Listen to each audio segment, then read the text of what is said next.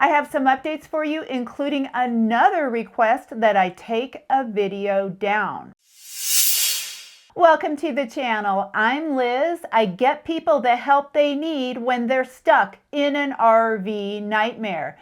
That help has included factory repairs, cash settlements, and a boatload of buybacks. None of this could have happened without you liking, subscribing, and sharing, making this channel the force that it is. 2 weeks ago, Emme shared her shocking story of her Camping World buying experience.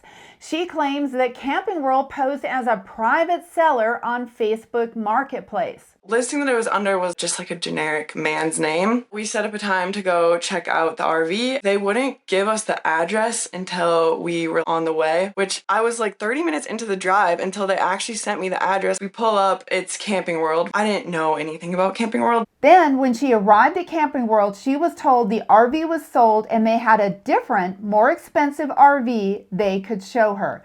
A classic case of bait and switch. She ended up buying a camper that day from that Camping World, but the camper was located at a different Camping World location. And then Camping World lost her RV. If you sell someone an expensive RV, I don't understand how you don't know where it is, but they eventually discover that it's in a mechanic shop in Albuquerque, New Mexico. My update is that Camping World finally gave Emme a full refund. We just don't want this trailer. We put our trust in it and it continues to fail us. You may remember the case of the cracking and twisting Toyhauler from last month.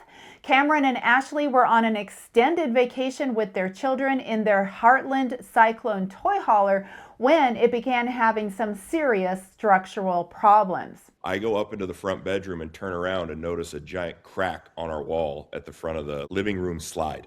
So I end up running outside and look up, and on the exterior, the crack on the interior was probably 3 inches long. The exterior was 6 to 8 inches long from the top of the slide all the way up to the gutter that's hooked to the side of the roof. Things went from bad to worse when Jayco asked them to drive from Texas back to their home in Washington in winter conditions so Jayco could pick it up and take it back to the factory. By the time they made it home, their Toyhauler was in much worse condition. My update is Jayco approved a buyback plus expenses. This trip was the trip of a lifetime, and it was the most terrifying trip. File this next update under unbelievable. Andy and Liz shared their story a couple months ago. They had a $300,000 Integra motorhome. It was defective from the factory, and then Jayco blamed them for the problem. It really is a slap in the face to their customers to tell us that it's our fault, not theirs. As they used their motorhome, they noticed many seemingly unrelated problems, electrical issues with the ceiling lights, delamination near the driver's window, battery problems, and then the concerns really started. And then one day I was doing a deep clean of the rig and I saw that there had been signs of water all along the bottom of the front windshield. And that's when I went to Andy and said, I think we've got a problem. After repeated misdiagnosis and failed repair attempts, it was discovered that the factory failed to install a critical water seal that was hidden under decorative molding. This took approximately 2 years until the factory defect was discovered. Because they had never sealed underneath the candy cane, which again is a finishing piece, they never sealed between the walls and the ceiling of the RV. Water came in, it had no way to keep it from coming in, and it caused the structure of the house portion to completely be wet and malleable. Everything was twisting and moving in a way that it shouldn't have. Extensive repairs were made, but Andy and Liz continued to have problems. And now they have an RV they feel is permanently devalued due to its history of water intrusion. The update is Jayco denied a buyback and instead is offering them slightly less than $40,000 to compensate them for the loss of use and the loss of value. Andy and Liz say that they are going to sell it. They likely will take a loss of $100,000. I have more updates for you, but first, let me ask you this. What if getting a fever or a sore throat in the middle of a road trip did not mean scrambling to find urgent care in an unfamiliar town, sitting for hours in a waiting room, or derailing your entire travel day?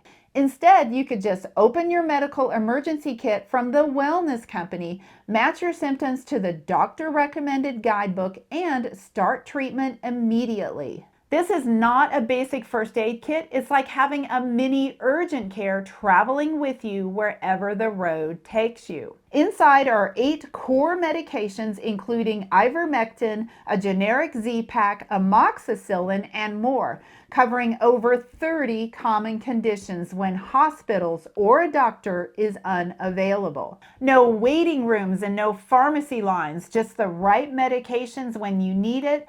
Every RV should have one. Ordering is simple. At checkout, complete a short medical form and a licensed doctor will review and fill your prescriptions. Your kit arrives in 1 to 2 weeks. Be prepared. Go to the link and put in the code LizAmazing to save $30 off plus free shipping. We just want our $745,000 back and move on. If you watched last week's video with Tony and Amy, then you know that these problems in the RV industry extend to all price points. Last year, Todd shared his frustrating story of spending nearly $700,000 on his Zephyr. Where's your part in this?